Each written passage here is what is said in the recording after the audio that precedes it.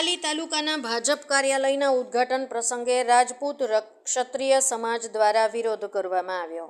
આજરોજ લોકસભાના ઉમેદવાર શોભનાબેન બારૈયાના કાર્યાલય ઉદ્ઘાટન પ્રસંગે રમણલાલ વોરા, કનુભાઈ પટેલ, જિલ્લા ભાજપ પ્રમુખ વિજયભાઈ પંડ્યા, ઉપપ્રમુખ રવિન્દ્રભાઈ બારોટ, તખ્તસિંહજી હડિયોલ, પ્રદ્યુમનસિંહ, વિજયભાઈ પટેલ તથા ભાજપ કાર્યકરોની ઉપસ્થિતિમાં કાર્યાલયને ખુલ્લું મૂકવામાં આવ્યું હતું।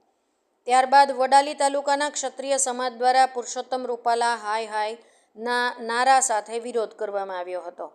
કાર્યાલય સુધી વિરોધ કરવા પહોંચી ગયા હતા ત્યારે ભારે પોલીસ બંદોબસ્ત ગોઠવી દેવામાં આવ્યો હતો। છતાં ક્ષત્રિય સમાજના યુવાનો કાર્યાલય પહોંચી વિરોધ કરી રહ્યા હતા ત્યારે પોલીસ દ્વારા તમામને ડિટેન કરી વડાલી પોલીસ મથકે લઈ જવામાં આવ્યા હતા। ઠેર ઠેર પુરુષોત્તમ રૂપાલાનો વિરોધ કરવામાં આવી રહ્યો છે ત્યારે વડાલીમાં પણ ઉગ્ર વિરોધ કરવામાં આવ્યો હતો। પોલીસની સમયસૂચકતાથી વધુ માહોલ ખરાબ ન થાય તે માટે તમામને ડિટેન કરી પોલીસ મથકે લઈ જવામાં આવ્યા હતા। ગુજરાત નહીં, દેશમાં એક રૂપાલાને લીધે ધારાસભ્યો, જિલ્લા પંચાયતના સભ્યો, તાલુકા પંચાયતના સદસ્યો, નગરપાલિકાના સદસ્યો, સંગઠન હોદ્દેદારો તથા કાર્યકરોને વિરોધનો સામનો કરવો પડે છે।